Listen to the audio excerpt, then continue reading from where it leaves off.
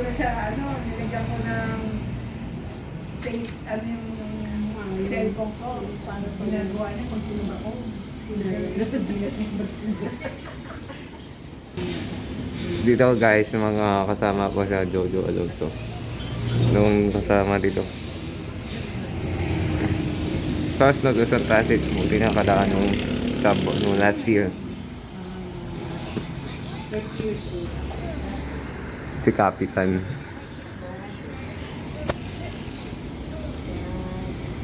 Special. Dalawang B3. Palit stamp pa nando in Econon. Kausap ko si tate ko.